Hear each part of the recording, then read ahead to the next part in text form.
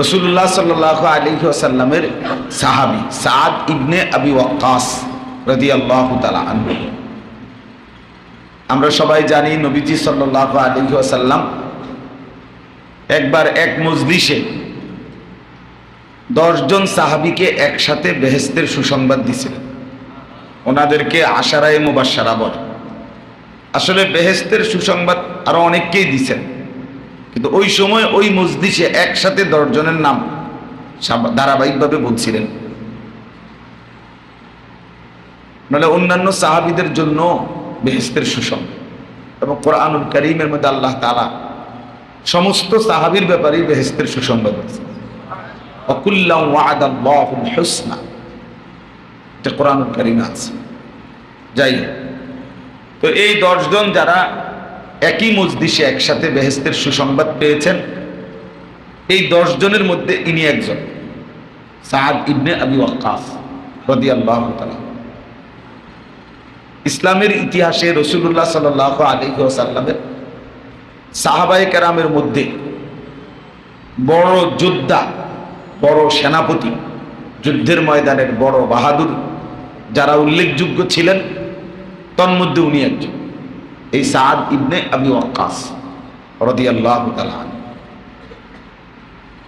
রাসূলুল্লাহ সাল্লাল্লাহু আলাইহি ওয়াসাল্লাম তার হাতে যখন তিনি কালেমা পড়েছেন, তখন ওনার বয়স ছিল মাত্র 16-17 বছর। এই অল্প বয়সেই তিনি রাসূলুল্লাহ সাল্লাল্লাহু আলাইহি সাল্লামের হাতে কালেমা পড়ে মুসলমান হয়েছেন। উহুদের যুদ্ধের দিন নবীজি সাল্লাল্লাহু আলাইহি ওয়াসাল্লাম একজন সাহাবীকে প্রথম শত্রু বাহিনীর বিরুদ্ধে প্রথম তীর নিক্ষেপ করতে বলছিলেন, এবং ওই কথাটা বলতে গিয়ে নবীজি সাল্লাল্লাহু আলাইহি ওয়াসাল্লাম জীবনে একবারই কেবল একজন সাহাবীকেই বলছিলেন যে আমি মুহাম্মদের মা বাবা তোমার জন্য কোরবান করব, ফিদাকা আবি ওয়া উম্মি। সচরাচর সাহাবীরা এটা নবীকে বলতেন, ইয়া রাসূলুল্লাহ, আমার আব্বা মা আপনার জন্য কোরবান, আপনি যা করতে বলেন কি করবেন, মানে কি বলেন। কিন্তু উনারে নবীজি সাল্লাল্লাহু আলাইহি সাল্লাম বলছেন, এবং প্রথম তীর মারতে বলছেন ইনি এই সাহাবী সাদ ইবনে আবি ওয়াক্কাস রাদিয়াল্লাহু তাআলা আনহু। পারস্য বিজয়ের ক্ষেত্রে এবং মাদায়েন বিজয়ের ক্ষেত্রে সেনাপতিত্ব করেছেন যেই সাহাবী, ইনি এই সাহাবী সাদ ইবনে আবি ওয়াক্কাস। আপন মা ইসলাম ধর্ম গ্রহণ করার কারণে এত বেশি বিরোধিতা করছেন যে আপন মা সন্তানকে বলছে যে তুমি যতক্ষণ পর্যন্ত কালেমা না ছাড়বা, মুহাম্মদের কালেমা, ততক্ষণ পর্যন্ত আমি আর এক ফোঁটা পানিও খাবো না, খাবারও গ্রহণ করব। এইভাবে লাগাতার 3 দিন 4 দিন উপবাস থাকছে ওনার আম্মা, ওনাকে ইসলাম থেকে ফেরাবার জন্য। উনি বহু চেষ্টা করছেন মাকে বুঝাইতে, কোনোভাবেই মা যখন বুঝে না, তখন সর্বশেষ তিনি বলছেন যে মা, আপনি যদি 1000 মৃত্যুবরণ করেন, তারপরেও আমি ইসলাম ছাড়ব, আল্লাহকে ছাড়ব না, রাসূলকে ছাড়ব। ইনি এই সাহাবা সাদ ইবনে আবি ওয়াক্কাস রাদিয়াল্লাহু তাআলা। তাহলে এরকম আরো অনেক কি আছে, ওনার মর্যাদা আছে, সাদ ইবনে আবি ওয়াক্কাস রাদিয়াল্লাহু তাআলা আনহু। যাই হোক, মূলত সাহাবায়ে কেরামের সম্মান ইজ্জত তুলে ধরা, এটাও আমাদের একটা ঈমানি দাবি। সাহাবায়ে কেরামের ভালোবাসা, সাহাবায়ে কেরামের প্রতি শ্রদ্ধা সম্মান প্রদর্শন করা, এটা আমাদের জন্য জরুরি একটা বিষয়। এই জন্য ওনার নামে এতগুলো কথা বললাম। তো আমি যে জন্য বলতেছি, যে হাদিসটা পড়ছিলাম, এই সাদ ইবনে আবি ওয়াক্কাস রাদিয়াল্লাহু তাআলা আনহু একদিন আমাদের নবী সাল্লাল্লাহু আলাইহি ওয়াসাল্লামকে বলছিলেন এক মজলিসে বসে যে ইয়া রাসূলুল্লাহ, আপনি আমার জন্য এমন একটা দোয়া করে দেন যেই দোয়ার বরকতে আল্লাহ তাআলা আমাকে মুস্তাজাবুদ দাওয়া বানিয়ে দিবে। অর্থাৎ আমি যেন এমন হই যে আমার সব দোয়া কবুল। মুস্তাজাবুদ দাওয়া বলেন যার সব দোয়াই কি হয়, আল্লাহর কাছে কবুল হয়। এমন যেন আমি হইতে পারি যে আল্লাহ যে আমার সব দোয়া আল্লাহ কবুল করবেন, আপনি আমার জন্য এমন একটা দোয়া করে দেন। তখন আল্লাহ নবী সাল্লাল্লাহু আলাইহি ওয়াসাল্লাম এই সাদ ইবনে আবি ওয়াক্কাস রাদিয়াল্লাহু তাআলা আনহুকে বললেন, আতিব মাতআমাকা তাকুন মুস্তাজাবাদ দাওয়া। এই যে হাদিসটা আমি পড়ছিলাম, অর্থ কি? নবীজি সাল্লাল্লাহু আলাইহি সাল্লাম বলছেন, তুমি তোমার খাদ্য, খাবার, উপার্জন এটাকে পবিত্র করো, হালাল খাও, তাহলে তুমি মুস্তাজাবুদ দাওয়া হয়ে যাও। তাইলে তোমার সব দোয়া কবুল। এরকম মুস্তাজাবুদ দাওয়া তুমি হবে। শর্ত হলো কি? তুমি তোমার খাবার, তোমার আয়, তোমার উপার্জন, তোমার রিজিক যেটা খাচ্ছ, কামাই করছো, এটাকে কি করো? এই হালাল উপার্জন, হালাল বক্ষণ, একটা আরেকটার সাথে অঙ্গাঙ্গিভাবে জড়িত। তাইলে এই জন্য আল্লাহ নবী সাল্লাল্লাহু আলাইহি সাল্লাম বলছে। তাহলে এটা এই আয়াতের তাফসীরের মধ্যে এই হাদিসটা আছে, তাফসীরে ইবনে কাসিরের মধ্যে, সেখান থেকে আমি বললাম।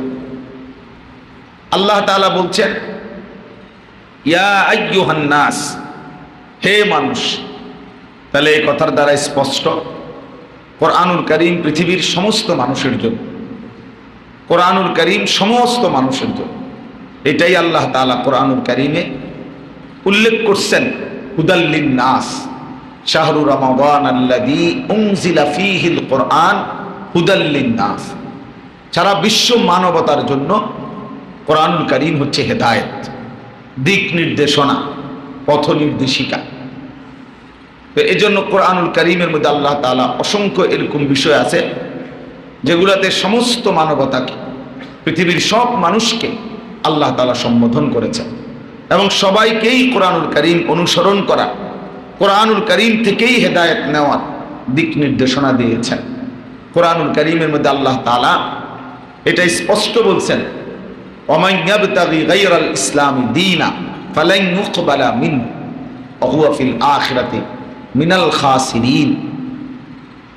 ইসলাম ব্যতীত অন্য কিছুকে যদি কেউ নিজের দ্বীন, নিজের ধর্ম, নিজের মতবাদ হিসেবে তালাশ করে, গ্রহণ করে, আল্লাহ তাআলা বলেন কখনোই কোনো অবস্থাতেই সেটা গ্রহণ করা হবে না।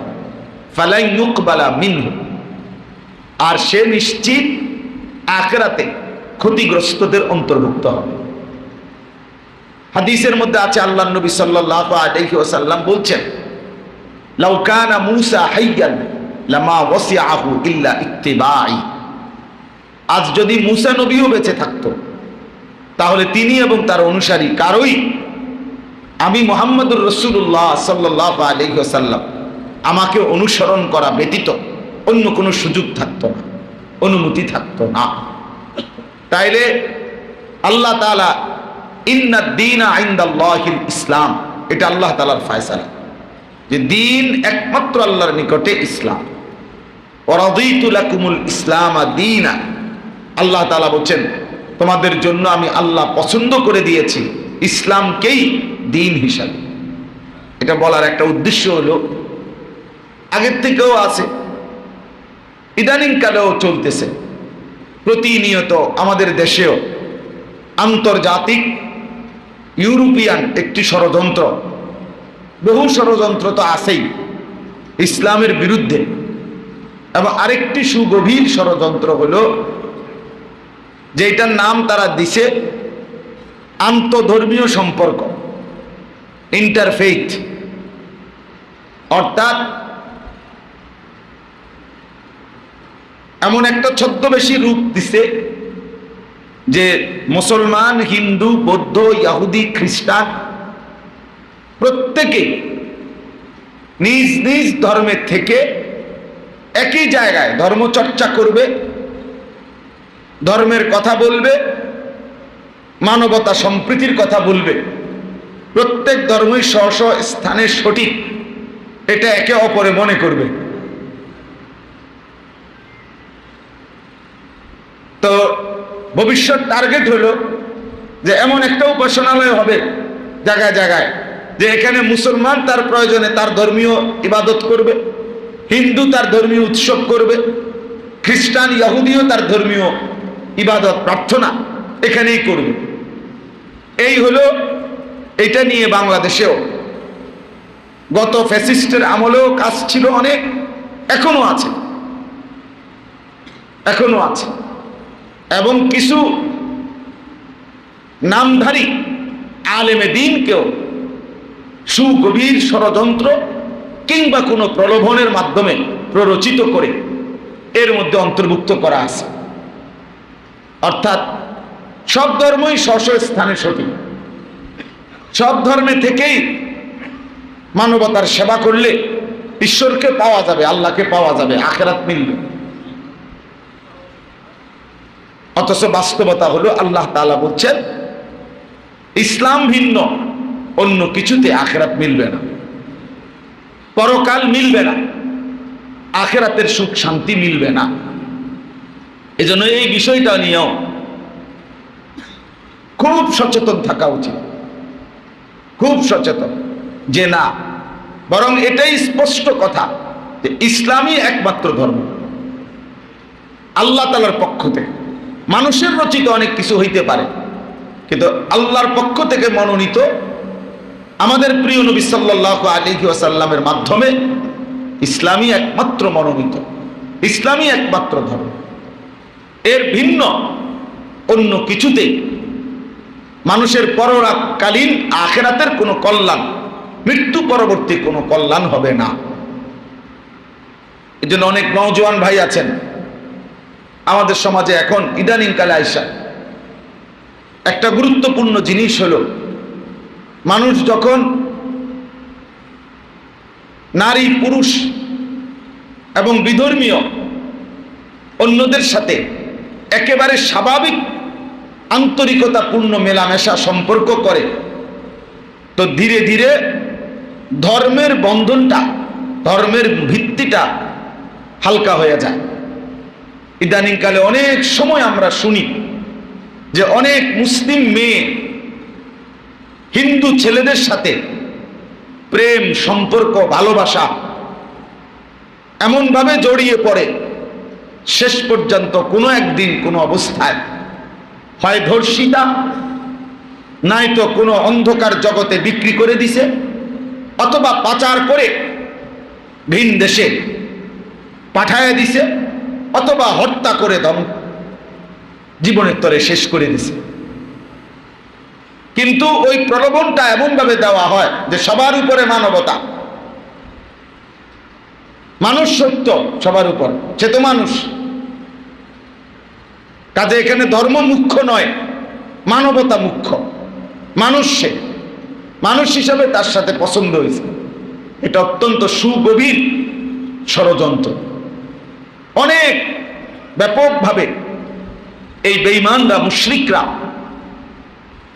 মুসলিম নারীদেরকে, মুসলিম মেয়েদেরকে সুন্দর কথা ছলে বলে বিভিন্ন আঙ্গিকে প্ররোচিত করে অন্ধকার রাজ্যে, আল্লাহর নাফরমানির রাজ্যে নিয়ে যায়। এজন্য এই ব্যাপারেও আমাদের মুসলিম ছেলে মেয়েদের সচেতনতা জরুরি, সচেতনতা জরুরি। ইসলামের একটি গুরুত্বপূর্ণ বিধান হলো, ইসলামী আকীদার একটি গুরুত্বপূর্ণ অংশ হলো আল ওয়ালা ওয়াল বারা। এই শব্দটা আরবি শব্দ, ওয়ালা এবং বারা। ওয়ালা মানে কি? বন্ধুত্ব। বারা মানে বিরুদ্ধাচরণ। ইসলামের একটা মৌলিক আকীদা যে কার সাথে মুমিনের, মুসলমানের বন্ধুত্ব থাকবে আর কার সাথে বিরোধিতা থাকবে।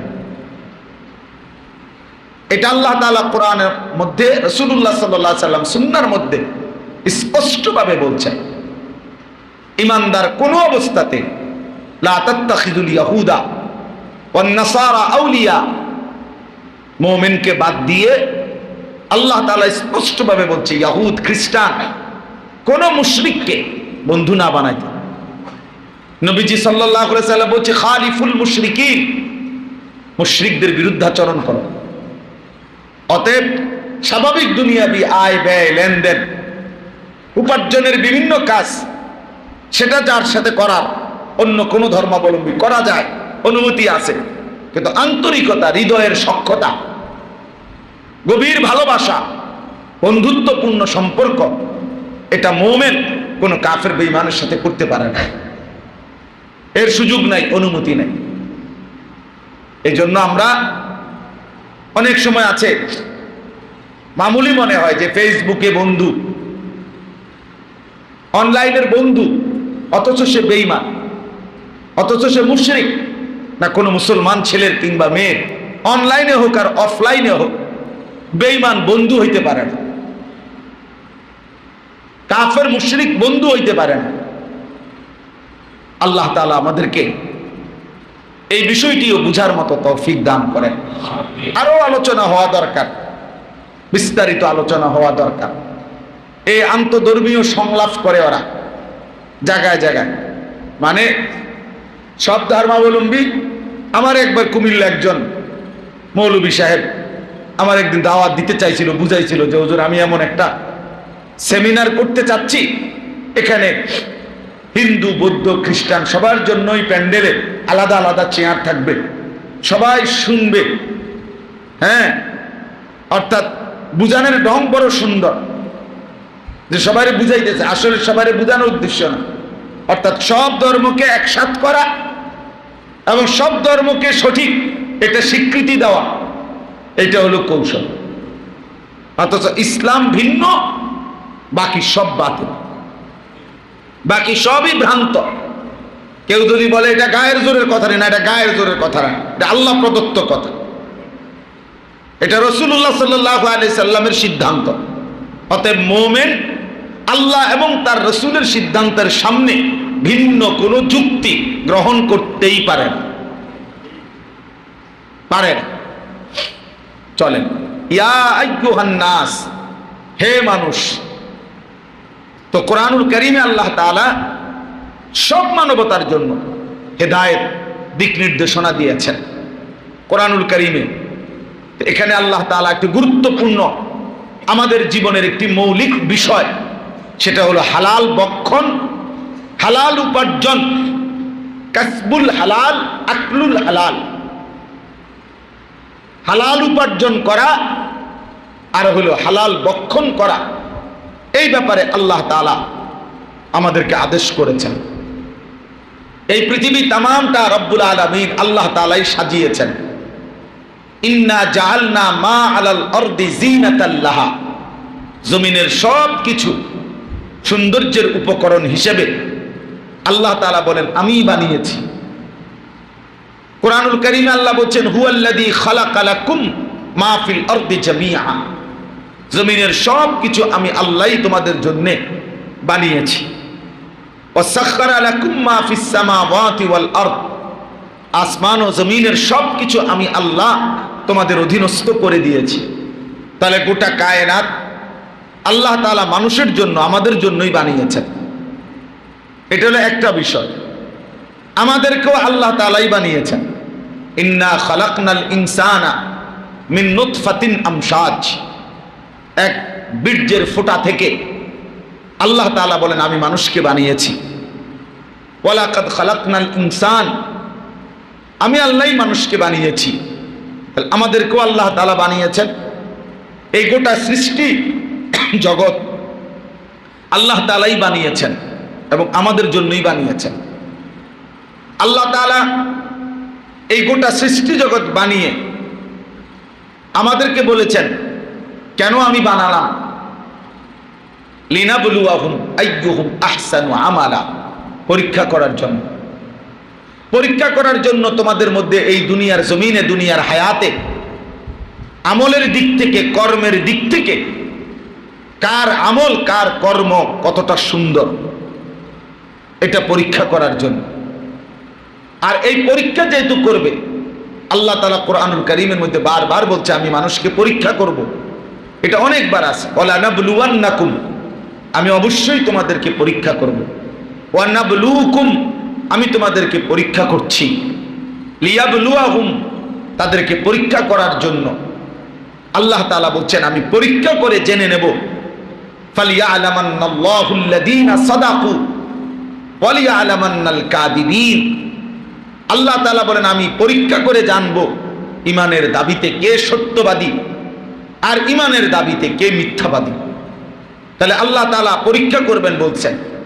এই পরীক্ষা করবেন বলেই এই পৃথিবীতে আল্লাহ তাআলা এভাবে সাজিয়েছেন, এমন অনেক বিষয়াদি দিয়েছেন, দিয়ে আবার আল্লাহ তাআলাই বলছেন, দিক নির্দেশনা দিয়েছেন নবী রাসূলদের মাধ্যমে, আসমানি কিতাবের মাধ্যমে, যে এটা হালাল, এটা হারাম, এটা বৈধ, এটা অবৈধ, এটা উচিত, এটা অনুচিত, এটা জায়েজ, এটা না জায়েজ, এটা করো, এটা ছাড়ো।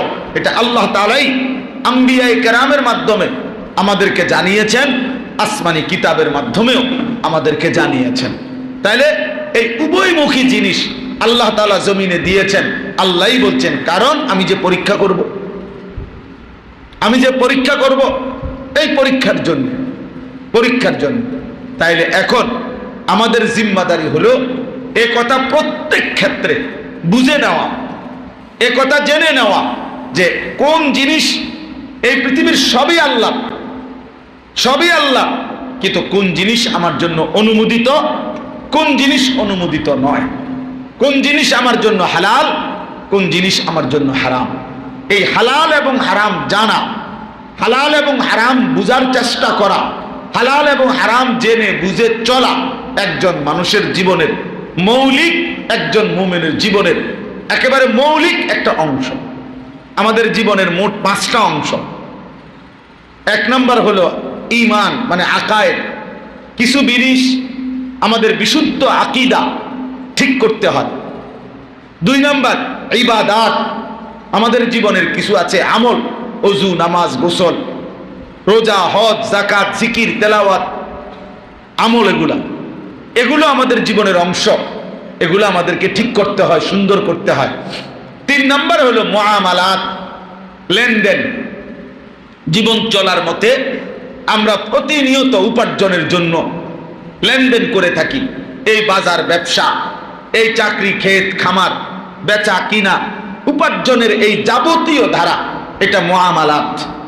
এইটা শতভাগ পবিত্র রাখা, এটা হালাল রাখা, এখানে হারাম থেকে বাঁচা আমাদের জন্য বাধ্যতামূলক, বাধ্যতামূলক।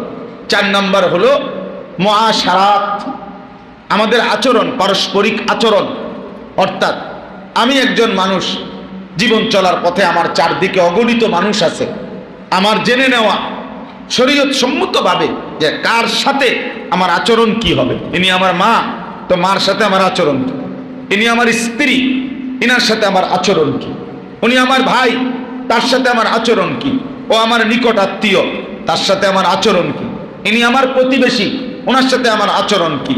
ইনি রাস্তার মুসাফির, তার সাথে আমার আচরণ কি?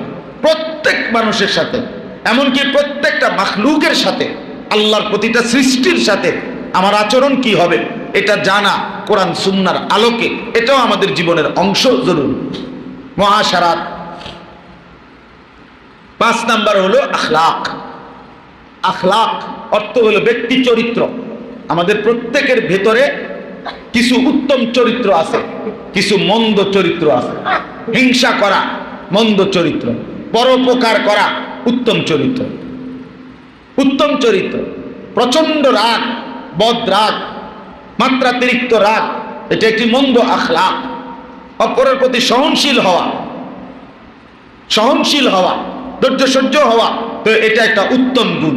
এরকম মন্দ গুণগুলো দূর করা, নিয়ন্ত্রণ করা, আর উত্তম গুণগুলো আপনার নিজের মধ্যে আনয়ন করা, এটা আমাদের জিন্দেগির একটা অংশ, আমাদের জীবনের একটা অংশ।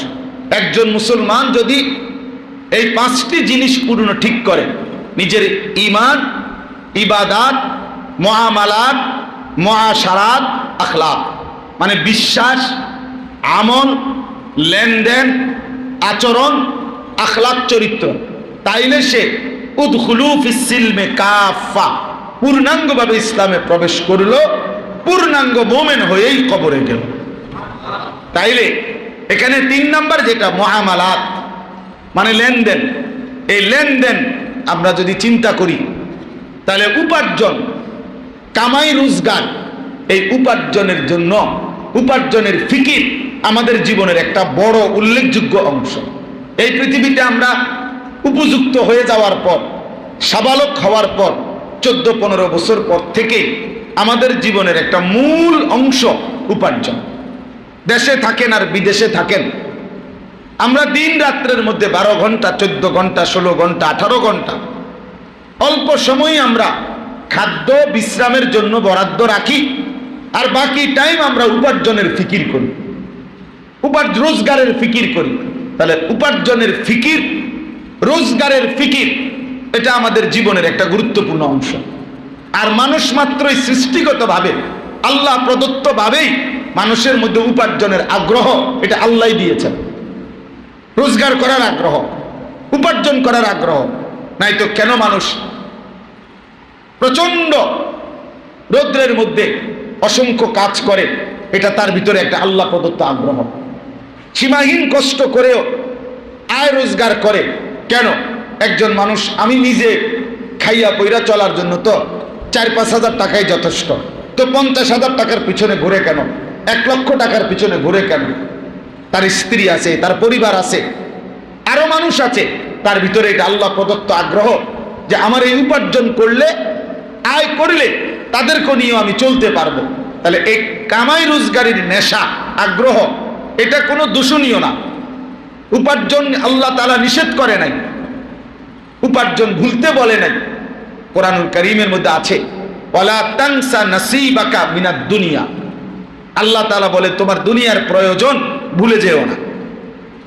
কোরআনে আছে, আল্লাহ বলছে ফাইজা কুদিয়াতিস সালাতু ফান্তাশিরু ফিল আরদ ওয়াবতাগু মিন ফাদলিল্লাহ, যখন নামাজ শেষ হয় তখন জমিনে ছড়িয়ে পড়ো এবং আল্লাহর দেওয়া রিজিক তালাশ করো। ওয়াবতাগু মিন ফাদলিল্লাহ, ফদল মানে রিজিক, আল্লাহর দেওয়া রিজিক তালাশ করো, অর্থাৎ প্রত্যেকে নিজ নিজ কর্মে চলে যাও, সেখান থেকে রিজিক তালাশ করো। এজন্য আমাদের নবী সাল্লাল্লাহু আলাইহি সাল্লাম মসজিদ থেকে বের হওয়ার দোয়া কি পড়তেন? আল্লাহুম্মা ইন্নী আসআলুকা মিন ফাদলিকা। এই যে ফাদলিকা, ওই যে আল্লাহ বলছে ওয়াবতাগু মিন ফাদলিল্লাহ, রিজিক তালাশ করো।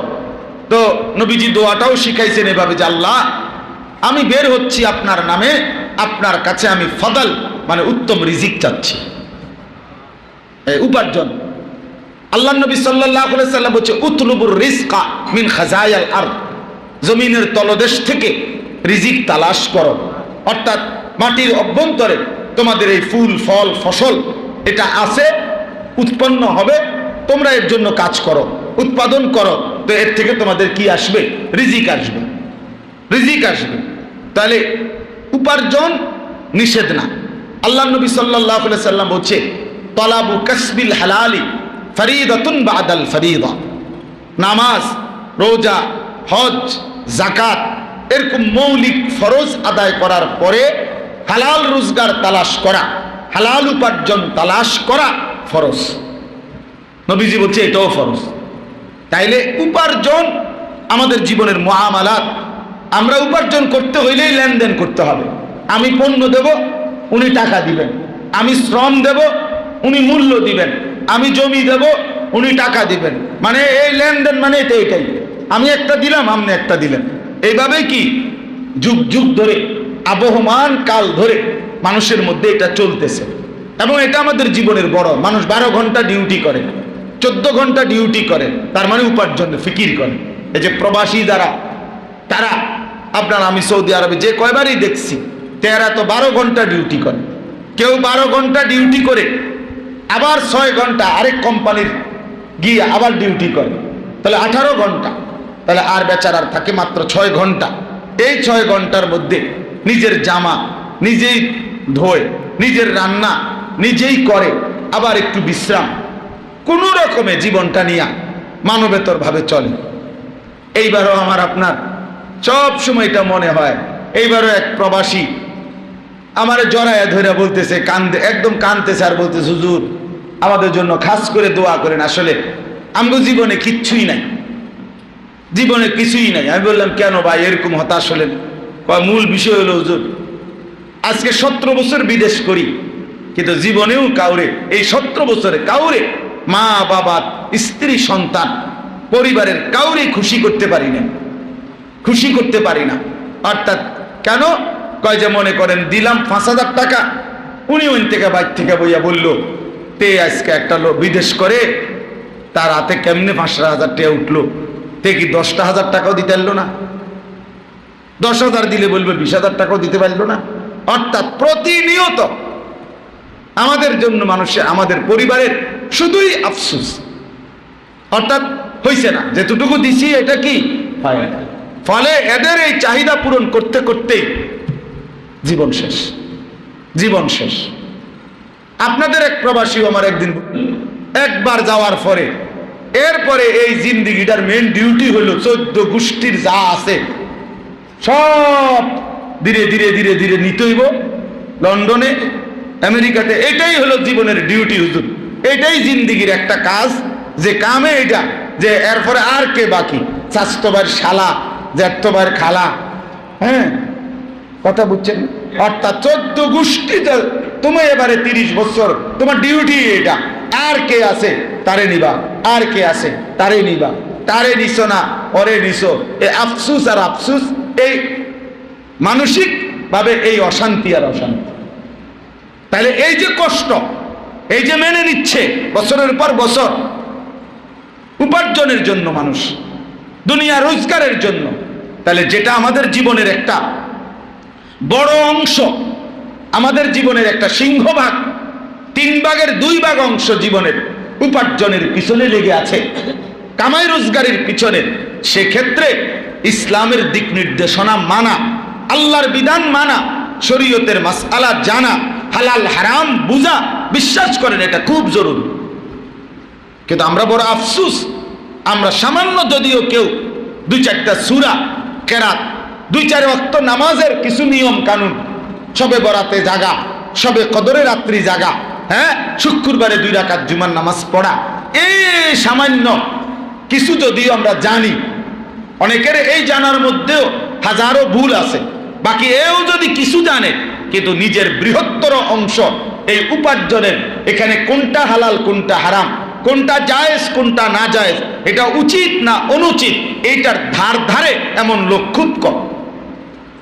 এটা পরোয়া করে না, পরোয়া করে না। কোম্পানি যেভাবে দিতেছে অথবা যেভাবে হইতেছে চলতেছে সমাজে রাষ্ট্রে দেশে, ওইভাবেই মন মতো উপার্জন করতেছে, মন মতো রোজগার করতেছে। ফামিনান নাসি মান ইয়াকুলু রব্বানা আতিনা ফিদ দুনিয়া ওয়া মা লাহু ফিল আখিরাতি মিন খালাক। এই সূরা বাকারার মধ্যে আছে, আল্লাহ বলে কিছু মানুষ আছে এমন যারা প্রতিনিয়ত শুধু এটাই বলে যে আল্লাহ আপনি আমারে যা দিবেন শুধু দুনিয়াতেই দেন, আমি যেমনে যেমনে চাচ্ছি দুনিয়া, আমারে শুধু দুনিয়া দেন। এখানে হাসানা পবিত্র না অপবিত্র, হালাল না হারাম, এত কিছুর দরকার নেই। আমাদের অসংখ্য মানুষের চাওয়া এমন। মনে করেন একটা উদাহরণ বলি, উনি দোকান এটা সাজাইছে, এই দোকানের মধ্যে মাল উঠাইছে, বেচা কিনা করতেছে, তো কোম্পানি যেভাবে মাল দেয় এইভাবে উনি মাল নিচ্ছে, তারা যেভাবে টাকা সুদ করতে বলছে এভাবে সুদ করতেছে। এখানে কোন পদ্ধতিগতভাবে কোনোটার মধ্যে কোনো হালাল হারাম বৈধ অবৈধ এমন কিছু আছে কিনা এটা ওনার জানার প্রয়োজন নাই, বরং একজন হুজুররাই না উনি 200 টাকা 500 টাকা দিয়া এটা বলে দিল যে হুজুর এই যেভাবে আছে দোকানটা, যেমনে আমার ব্যবসা চলতেছে, আমি যেটা যেমনে ঠিক করছি এমনি তো চলতেছে, আপনি শুধু আল্লাহর কাছে বলে দেন, দোয়া করে দেন, আল্লাহ যেন খাস বরকত এটার মধ্যেই দেন। এই যে এমনি আছে এমনি, এই যে কোন একটা টেলিভিশন চলতেছে, আপনি এটার ব্যাপারে কোনো কিছু আপনি আল্লাহরে বলেন এ এমনি বরকত দিত, টেলিভিশন চলবো, আপনি এটা সমস্যা নেই, আপনি বরকত দিত কম। আপনি কি দেন, আপনি বলেন আল্লাহরে বলেন এটা যেমনি আছে আমি যেমনে সেটিং দিছি এইভাবে যেন কি দেয়। এই হলো অবস্থা। আমাদের ঢাকার একজন বড় বুজুর্গ আলেম আছেন,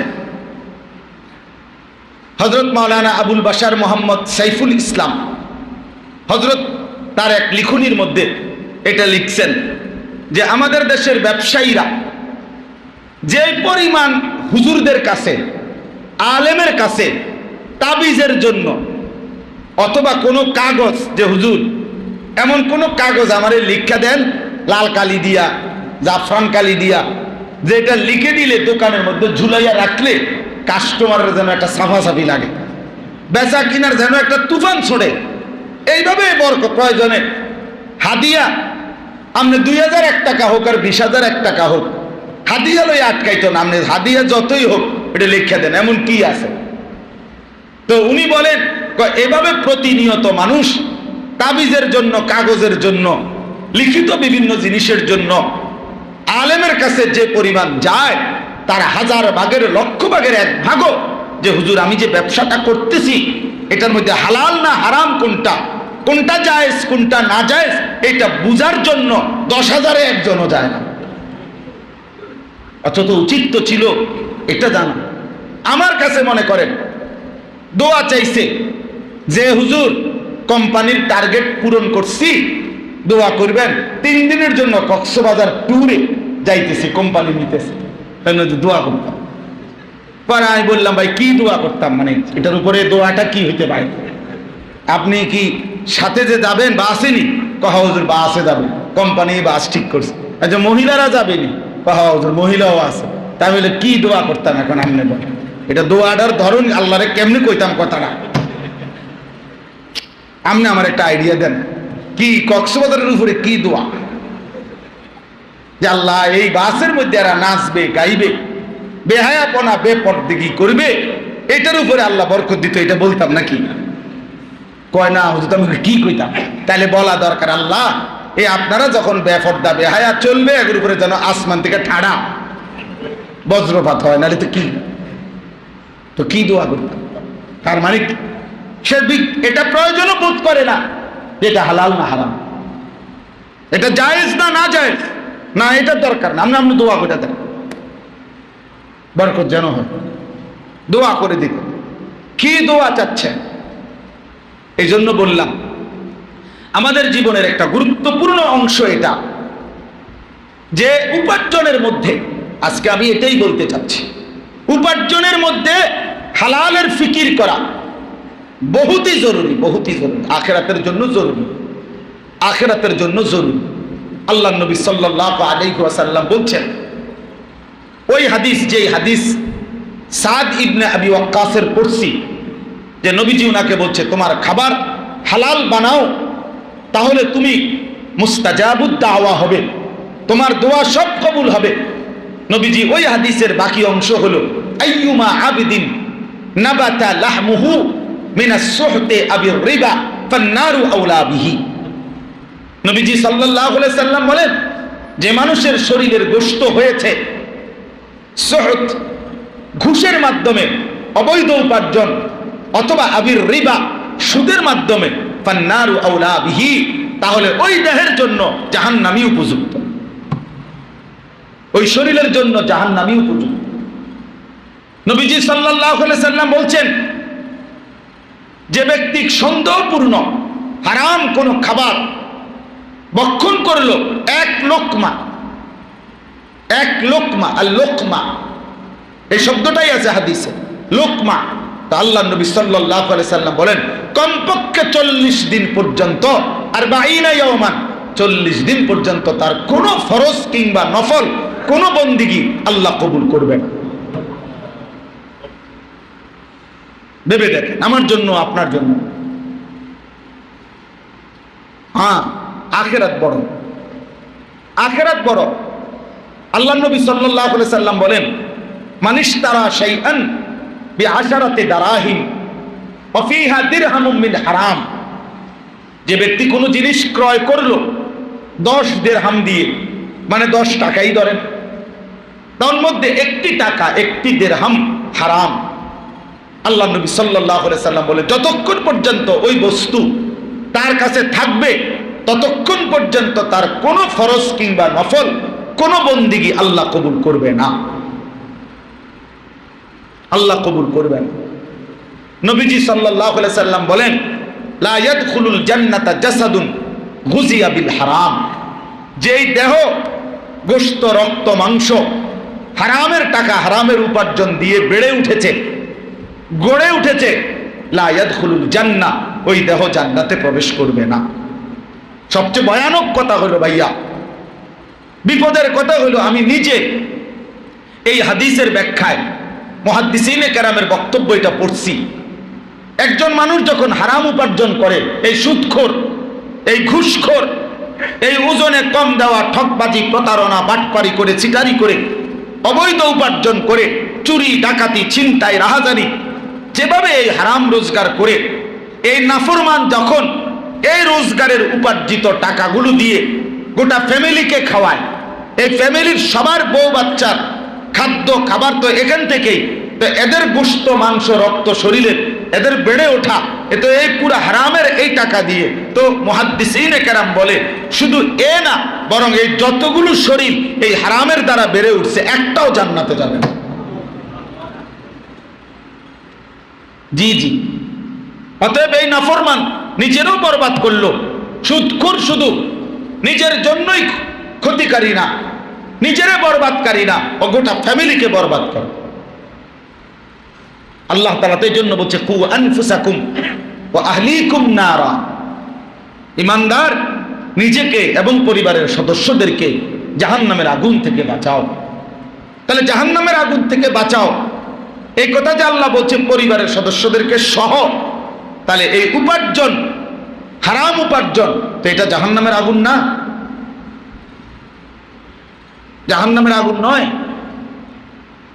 হাদিসের মধ্যে আছে, আরো শুনেন, তিরমিজি শরীফের হাদিসের মধ্যে আছে, আল্লাহর নবী সাল্লাল্লাহু আলাইহি সাল্লাম বলছেন, ইন্নাল্লাহা আমারাল মুমিনিনা কামা আমারা বিহিল মুরসালিন। একটি বিষয় আছে এমন, নবীজি বলেন, ১৬ লাখ আম্বিয়া, আদম আলাইহিস সালাম থেকে নিয়ে আমি নবী মুহাম্মদ পর্যন্ত সমস্ত নবীকে আল্লাহ যেই আদেশ করেছেন, হুবহু আল্লাহ তাআলা ঈমানদারদেরকেও, মুমিনদেরকেও, উম্মতকেও ওই একই আদেশ করেছেন। সেটা কি? সেটা হলো এই হালাল ভক্ষণ, হালাল উপার্জন। কি? কোরআনে আছে দুইটাই, ইয়া আইয়ুহার রুসুল কুলু মিনাত তাইয়্যিবাত ওয়া আমালু সালিহা। আল্লাহ তাআলা বলেন, হে রাসূলগণ, এই রসুল মানে বহুবচন, হে রাসূলগণ, আদম থেকে মুহাম্মদ সাল্লাল্লাহু আলাইহি সাল্লাম সকলকে আল্লাহ বলছে, কুলু মিনাত তাইয়্যিবাত, তোমরা যা তাইয়্যিবাত, পবিত্র হালাল, তাই খাও। প্রত্যেক হালালের সাথে তাইয়্যিব এটা বলে কেন? যেমন এখানে বলছে হালালান তাইয়্যিবা, এটার জন্য তাফসীরের মধ্যে আছে, আল্লাহ তাআলা প্রদত্ত যা কিছু হালাল তা মানব দেহের জন্য কশ্চিন কালেও, কোন যুগেও সামান্য বিন্দু পরিমাণও ক্ষতিকর কোনো কিছু হইতে পারে না।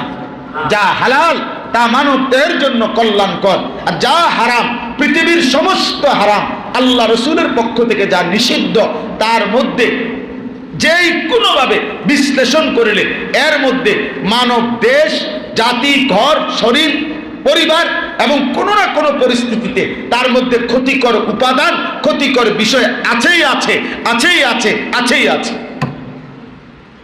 কল্যাণকর, উপকারী এমন কোনো জিনিস হারাম হইতে পারে না, আর কোনো হারাম কল্যাণকর হইতে পারে না। কারণ আল্লাহ তাআলার চাইতে, আল্লাহর সৃষ্টি উপাদানের গুণাগুণ মালিকের চাইতে আর কেউ বেশি জানে না।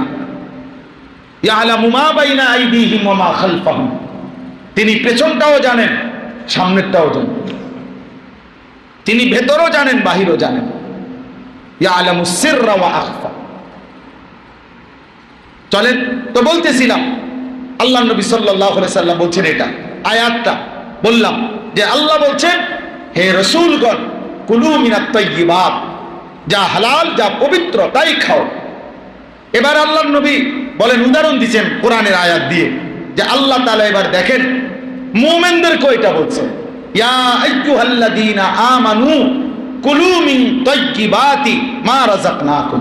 একই আয়াত, হে ঈমানদারগণ, আমার দেওয়া রিজিক থেকে যা পবিত্র, যা হালাল, তোমরা তাই খাও, তাই খাও। তাহলে আজকে আমি আপনাদের কাছে এই কথাটাই শুধু বলতে চাচ্ছি যে উপার্জন যেন হালাল হয়। রাসূলুল্লাহ সাল্লাল্লাহু আলাইহি সাল্লাম এই হাদিসে, কিতাবের মধ্যে আছে তিরমিজিতে, নবীজি সাল্লাল্লাহু আলাইহি সাল্লাম একজন লোককে দেখলেন কাবা শরীফের দরজার সামনে দাঁড়িয়ে খুব সর্বোচ্চ হাত তুলে আল্লাহ তাআলার কাছে দোয়া করতেছে, ইয়া রব, ইয়া রব। আল্লাহর কাছে বিভিন্ন জিনিস চাইতেছে। নবীজির জামানা, কাবার সামনে দাঁড়িয়ে, কাবা ঘরের দরজার সামনে, এই মুলতাজাম, এখানে দোয়া কবুল হয়। লোকটা মুসাফিরের দোয়া কবুল হয়। দোয়া কবুলের জন্য সবচেয়ে উপযোগী শব্দ হলো রব, ইয়া রব বা রব্বি। এই শব্দ বলে বান্দা যখন দোয়া করে, নবী বলছে দোয়া কবুলের সম্ভাবনা বেশি। তাই একে তো সে আল্লাহর ঘরের সামনে ইয়া রব বলতেছে, এরপরে মুসাফির হয়ে আছে, এরপরে খুব অসহায় ভঙ্গিতে দুই হাত উপরে তুলছে। সব কিছু দোয়া কবুলের বাহ্যিক উপাদান আছে। এরপরেও নবীজি বলতেছেন সাহাবীদের দিকে তাকায়া, দেখো ওই লোকটার দিকে, মাতআমুহু হারাম, তার খাবার হারাম, মাশরাবুহু হারাম, তার পানীয় হারাম, মালবাসুহু হারাম, তার পোশাক হারাম, অগুজিয়া বিল হারাম, তার দেহের গোশত মাংস রক্ত বেড়ে উঠেছে হারামের মাধ্যমে। ফাআন্না ইউস্তাজাবু লাহু, কিভাবে দোয়া কবুল হবে? কিভাবে দোয়া কবুল হবে? আল্লাহ নবী সাল্লাল্লাহু আলাইহি সাল্লাম বলছেন।